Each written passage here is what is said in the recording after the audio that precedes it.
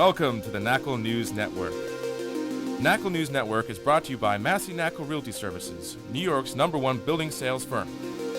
Hi, I'm John Salustri, Content Director for ALM's Real Estate Media Group. I want to welcome you to the Knakal News Network. And I'm happy to have Bob Knakal, Chairman of Massey Knakal. Hiya, Bob. Hi, John. How are you? So we keep hearing that multifamily is the darling of the commercial real estate industry. What are you seeing? Well, people love apartment buildings in New York, particularly those that have rent-regulated apartments in them, simply because rent regulation is a form of price control. It keeps rents artificially low, and so they're able to buy properties well below replacement cost on a price per square foot basis. And it's really been the sector that has created the most demand of any property sector in the city. Talk to me about cap rates and gross rents. Well, interestingly, cap rates have been compressed very significantly, John, and that's mainly because lending rates are so low. Right. If we look at the average cap rate citywide today, mixing both walk-up buildings and elevator buildings, it's below 6%. And with regard to the Manhattan submarket, which we really use as a barometer of the broader market, we see that walk-ups have averaged about 4.5% this year, and the elevator sector has an average cap rate of 3.7% today. The upward pressure that's been exerted on multifamily properties has been extraordinary. So what headwinds? What are you seeing out there that could knock us off track? Well, there are several things. One is that real estate taxes as a percentage of gross revenue are as high as they've ever been. Right. In fact, New York leads the country in terms of our tax burden as a percentage of revenue. When you look at taxes as a percentage of revenue, when we're in excess of 30% today, that's just unbelievable. When I started in the business in 1984, taxes were only about 6% of gross revenue. Additional headwinds come legislatively.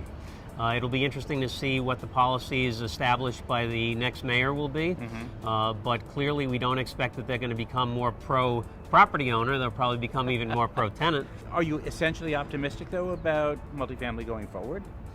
Well, I'm very optimistic, but I think a lot of how the investment sales market in general performs moving forward will have to do with interest rates. I think many investors are not underwriting as much interest rate risk as they should be. So, Bob, what are you seeing in this quarter as opposed to past quarters and last year? While the multifamily sector is performing very well, it's not immune to the downturn in activity that we've seen in the first quarter of this year. Right. In fact, in 2011, there were about $4.5 billion of multifamily transactions in the city. That rose to almost $10 billion last year. And if you annualize what happened in the first quarter of 2013, we're running at only about $3 billion. Right. So there has been a reduction in the volume, but that's something that's symptomatic of the entire market. That's just not unique to multifamily assets. We think that second half activity will pick up to get us back to that just 20 to 25% less. And with respect to dollar volume, we expect dollar volume will meet or exceed the $41 billion that we had last year. In summary, the multifamily market in New York City is the sector that has always experienced the highest demand. Artificially low rents created by rent regulation create little downside in these assets. While still a favored asset class, multifamily properties were still not immune to the slowdown which occurred in the first quarter of 2013. On the value side, cap rate compression has been seen citywide in each submarket. Headwinds do exist, however, as increasing real estate taxes and water and sewer charges are making it difficult for owners to increase net operating income. Legislative headwinds are also something to be mindful of. Thank you for joining us today. Tune in next week for another installment on the Knakal News Network.